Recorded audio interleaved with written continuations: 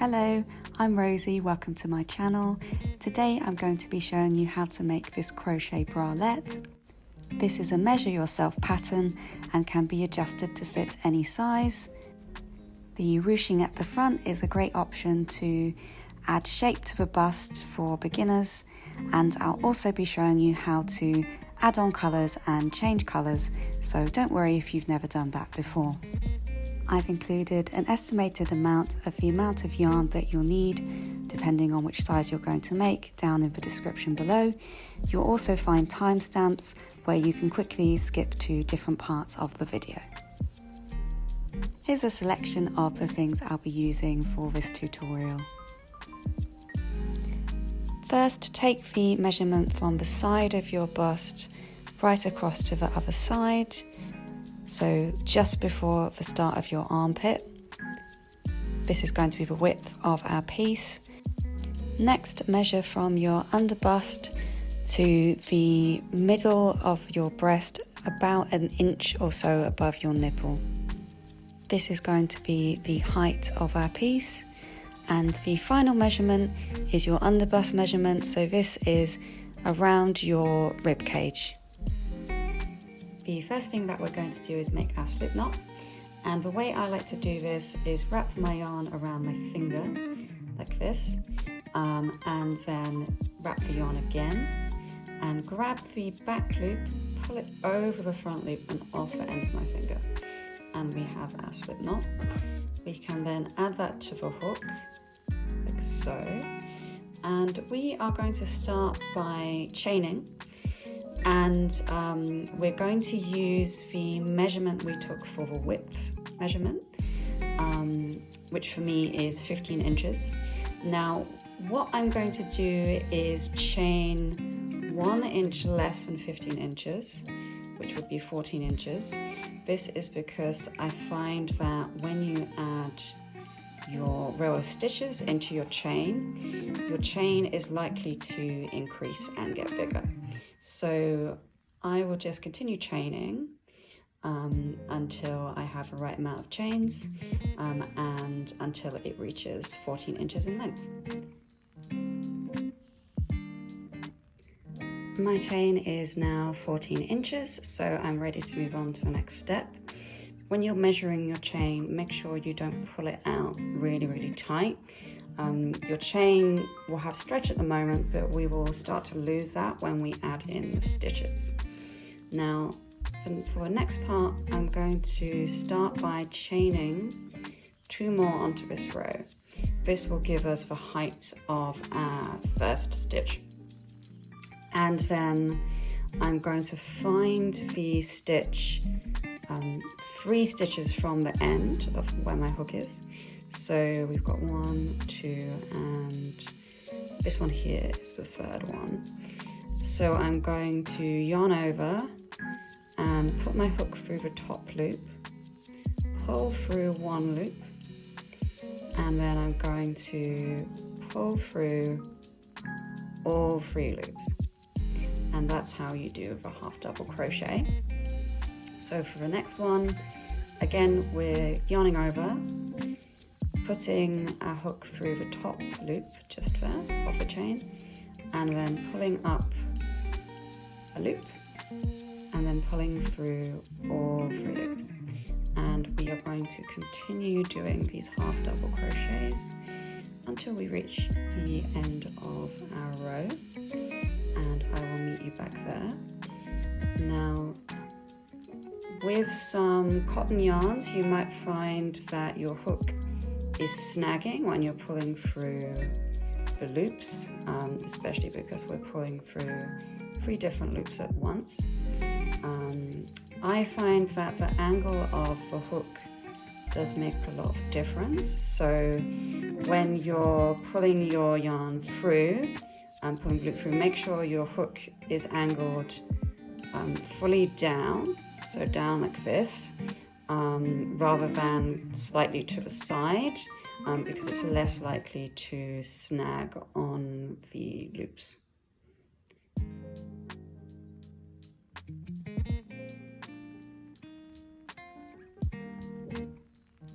I'm now just at the end of this first row, and I will finish my final stitch, and then we can move on to the second row. And what we're going to do is chain 2 and turn our work like so, and we will now do the next row. Now our first half double crochet of this row is not going to go into this stitch, which might seem obvious, but we're actually going to go into the stitch one away from the hook, so stitch number 2. This is because this chain is going to count as our first stitch, and this will ensure we have really nice straight edges. So to do the half double crochet for this row, we yarn over, and then we put our hook through this nice little gap at the top of a stitch, and you want to make sure you go through both of the loops here, pull through a loop, and then pull through all 3 loops, and just keep going into every single stitch of this row until we reach the end.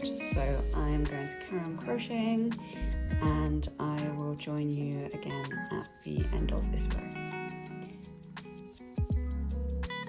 When you reach the end of a row and you're getting to those final stitches, what we want to make sure we do is create a nice straight edge at the sides of our rectangle. So you'll see this here is the final stitch, so I'm going to yarn over, pull through, and then do my half double crochet. But we've also got this chain, which was the start of a row below, and if you remember from the start of this row, the chain starts as the first stitch, so it's quite easy to forget about this and continue. But if we keep doing that, our fabric will get gradually smaller. So we want to make sure we actually do a stitch into this chain. So we're going to yarn over, and what I usually do is put my hook through the first little bump on the top, and then do a half double crochet into it, and this will give us, as we continue, a really nice straight edge.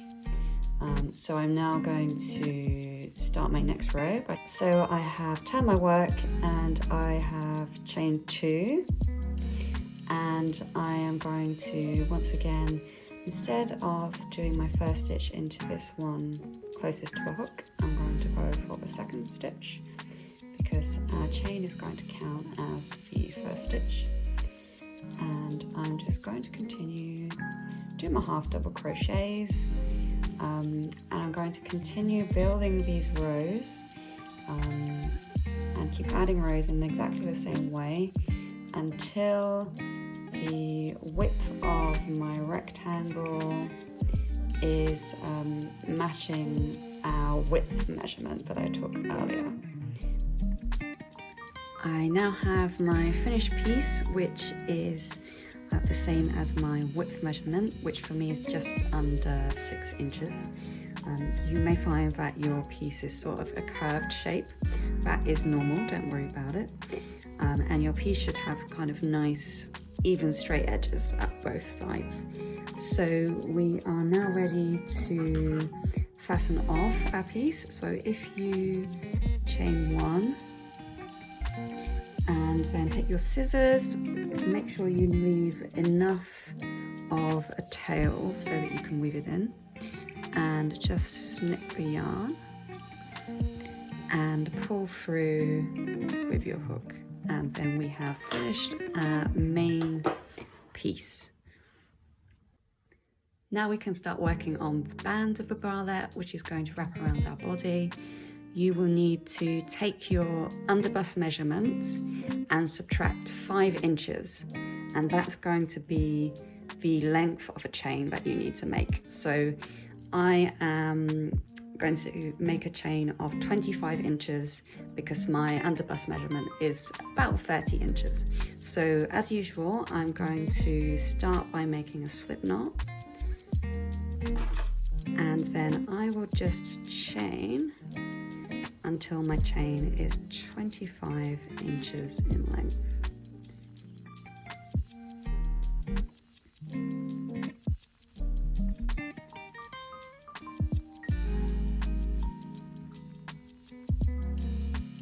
Once your chain is the right length, we can start the first row. So to start the first row, I'm going to chain 2, yarn over, and I'm going to do a half double crochet into the third chain from the hook, which is this one. So I'm going to go in, pull through a loop, and then pull through all 3 loops. And I will just continue doing half double crochet into every chain until I reach the end of the chain.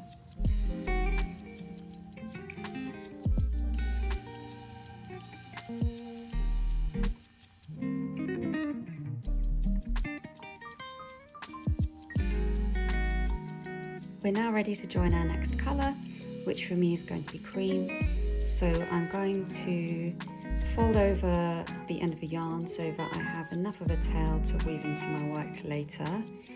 And I'm going to take the end of my work and I'm going to leave 4 stitches at the end spare because we'll need these later on. So I'm going to count along 4 from the end, 2, 3, 4, and I'm actually going to attach my yarn to the 5th stitch along. So to do that, I'm going to insert my hook into the top of the stitch, pop my yarn over the top and pull it through the loop. So I'm now going to weave up through my fingers and then pull through both strands of yarn through the loop and tighten that off.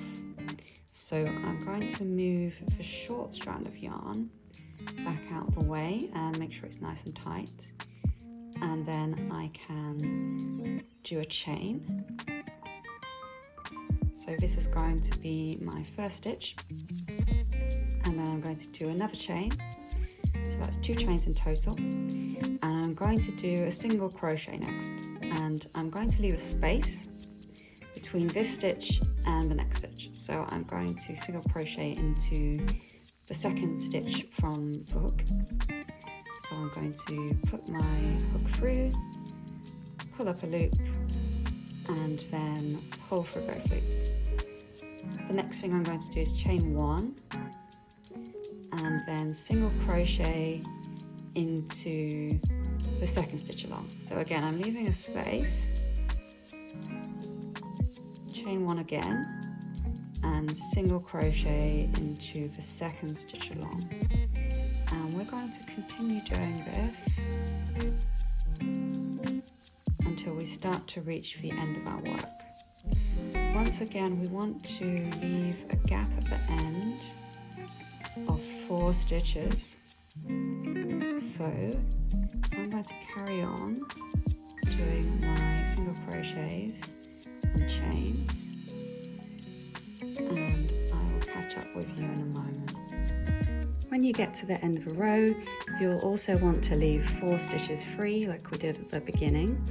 So I'm going to do my final single crochet of a row into the 5th stitch from the end.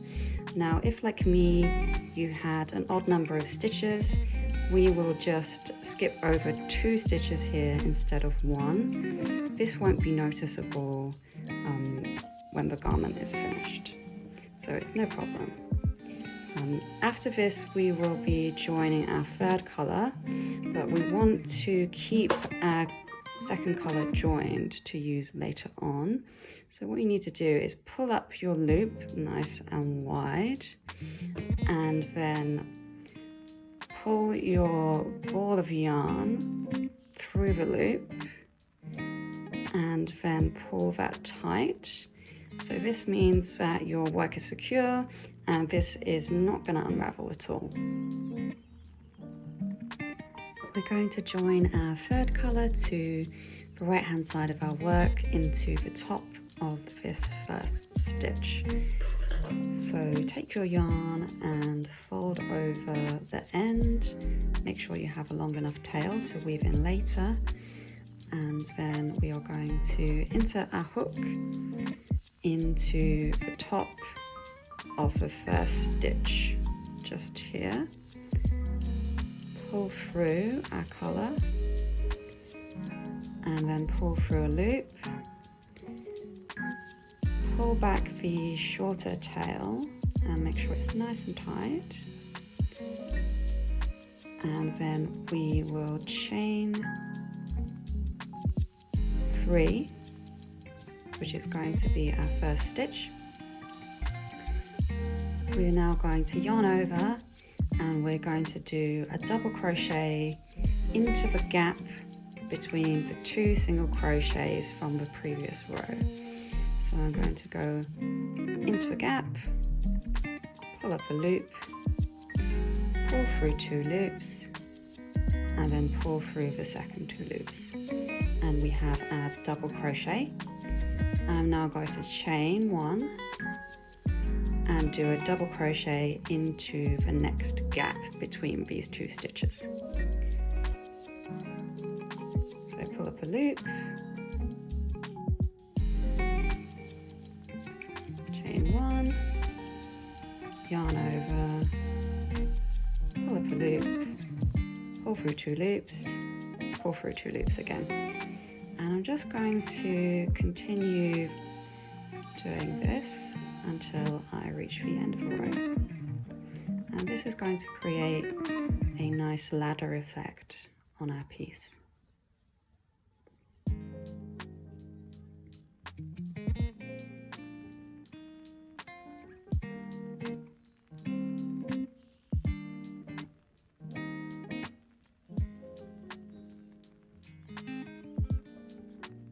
To finish this row, we are going to do a double crochet into the final gap between our stitches. And I'm going to chain 1 and I'm going to do a double crochet into the top of the final stitch from the previous row. So this loop here might be very tight, so you may need to loosen it a little bit so you can get your hook in. I'm also now going to show you how to transition back to the second colour without having to join on your yarn again. So I'm going to yarn over, insert my hook into the top of the stitch, pull up a loop, pull through the first 2 loops, and at this point I'm going to drop my third colour and pick up my second colour again. And I'm going to use that to pull through the final 2 loops. So we now have a double crochet at the end, which transitions from the yellow to the cream colour. You can now cut your third colour, as we won't be needing this anymore. And we are ready for the next stage. Now we're back with colour number 2. We're going to repeat this row on the other side. So I'm going to chain 2 and turn my work.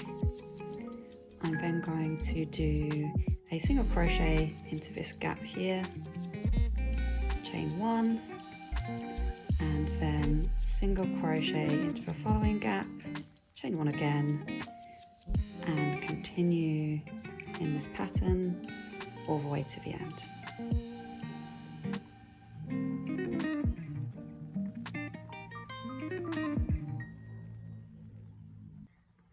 We'll finish this row with 1 final single crochet in the gap between these 2 stitches from the previous row. We are now finished with our second colour, so I'm going to chain 1, cut my yarn, and pull through. Now I'm going to join back on my first colour, so I'm going to fold the yarn over, insert my hook into the top of the final stitch from the 3rd row, pull my yarn through. Sometimes you can get caught up in these individual strands, so just be careful to untangle yourself. And then I'm going to pull that through again. What I'm going to do now is slip stitch into the top of the final stitch of this pink section.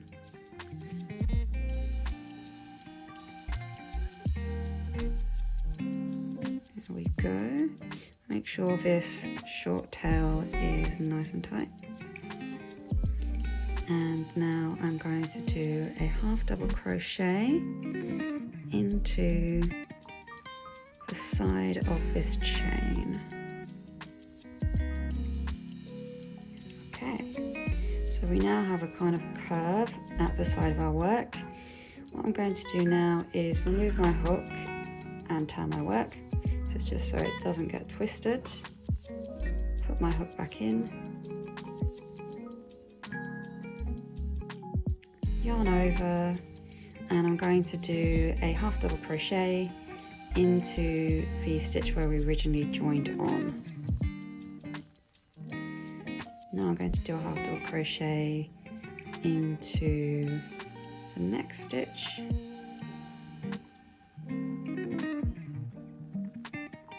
half double crochet into the top of that stitch, into a chain,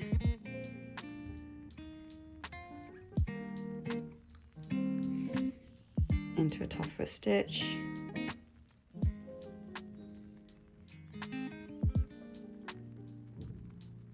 into a chain, and just continue until I reach the end of the row. Now I'll show you how to complete the end of this row and how to create the curved shape at the end of your work. So we want to half double crochet into the final gap between our last stitches, and then we're going to chain 3 and join on to this stitch at the top left hand edge here and do a slip stitch to join that. And then we're going to do a half double crochet into this stitch here right at the corner. Okay, we will then turn our work over and chain 1. Then we're going to do a half double crochet into each of the chains we just did. So that's into the first chain, into the second chain, and then finally into the third chain. We will then join again onto the second stitch back from the hook with a slip stitch. So I'm going to go in and then join with my slip stitch, and I have completed my curved edge. And now our belt section is complete, so we can chain 1 and then cut our yarn. Next we're going to join the main rectangular piece of our work to the band. So you'll need to position the rectangle in the center. In order to work out the center, you can do this a few ways. You can eyeball it like I do, use your tape measure, or count the number of stitches. I'm then going to put some stitch markers at the end and beginning of my work, and a few along the middle, just so I can keep these pieces fastened together evenly. Now that I've secured the edge of my work with stitch markers, I'm going to join on my yarn to stitch up the seam. So I'm just going to remove this stitch marker on the end and insert my hook into the first stitch. Pull through my yarn, pull it through again, secure the shorter tail, and I'm going to chain 1 and do a single crochet into the next stitch.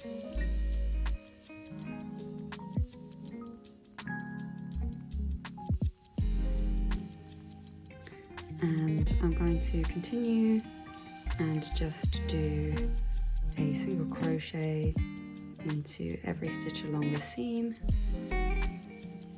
Be careful to make sure you don't skip any stitches at this point, because that way our seam edge will be nice and even.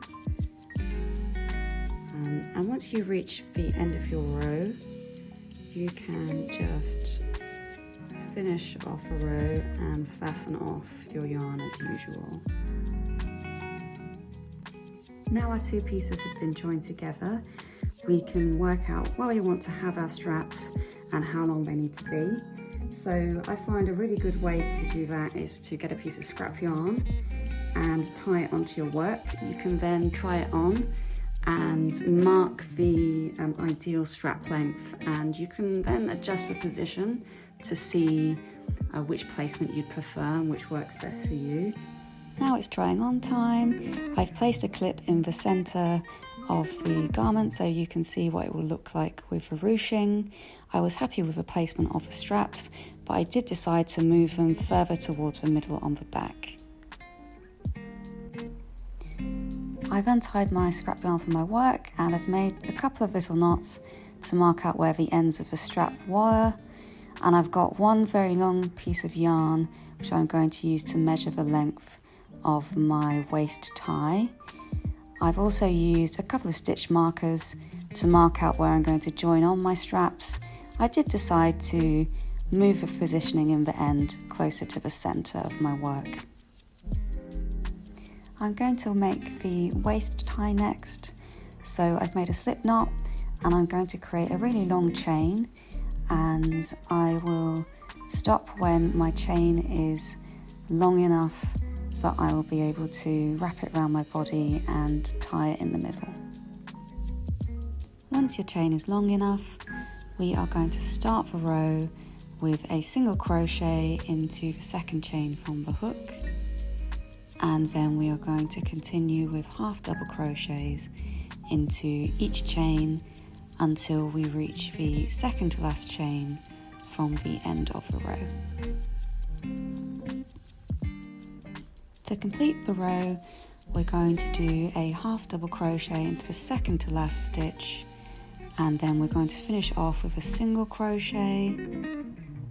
I'm then going to chain 1 and fasten off my yarn, and our tie strap is complete. To create the straps, all you need to do is join on your yarn to the back part of your work, and we are going to make a chain which is equal to the piece of scrap yarn that we used to try on our garment. Now, when you're measuring your chain, you do want to stretch it out, because when the garment is on, those straps will be stretched out on our body, so we want to make sure we don't make the straps too long. Once your chain is long enough, you can join it to the top corner of your work. So I'm going to insert my hook and do a slip stitch to join the chain. I'm then going to slip stitch into the next stitch to this one. So you may need to turn your work to do this. Now we can create the main part of the strap. So turn your work and yarn over, and then what you need to do is a half double crochet into every chain until you reach the other side of your work. To finish your strap, you're going to join with a slip stitch to the band, and then I like to finish this with another slip stitch into the next stitch, and then I just fasten off my yarn. You'll need to repeat this on the other side in exactly the same way, and then your straps will be complete. I'll now show you how to create the ruching on the front of your work. So first locate the center of your work and mark it out with a stitch marker, and then attach a long piece of yarn to the bottom of your work, and we're going to use a darning needle to stitch through in and out between the rows, all the way from the bottom to the top. So I used a long piece of yarn for this, about 20 inches should be enough, and just keep going in and out until you reach the top, and then once we get to the top we can pull it up and make sure it's nice and tight, and you'll see it creates this ruched effect. We're now going to go back down the other side, so just insert your needle into the next stitch along and repeat that process, going in and out between the rows until you reach the other end. When you reach the end, be sure to pull your yarn really tight as you can, and then at this point you can secure your yarn and fasten off. All that's left to do now is weave in your ends and your garment is ready to wear. I hope you enjoyed this tutorial. If you found it helpful, please give me a like to let me know, and subscribe to my channel for more free patterns and crochet tutorials.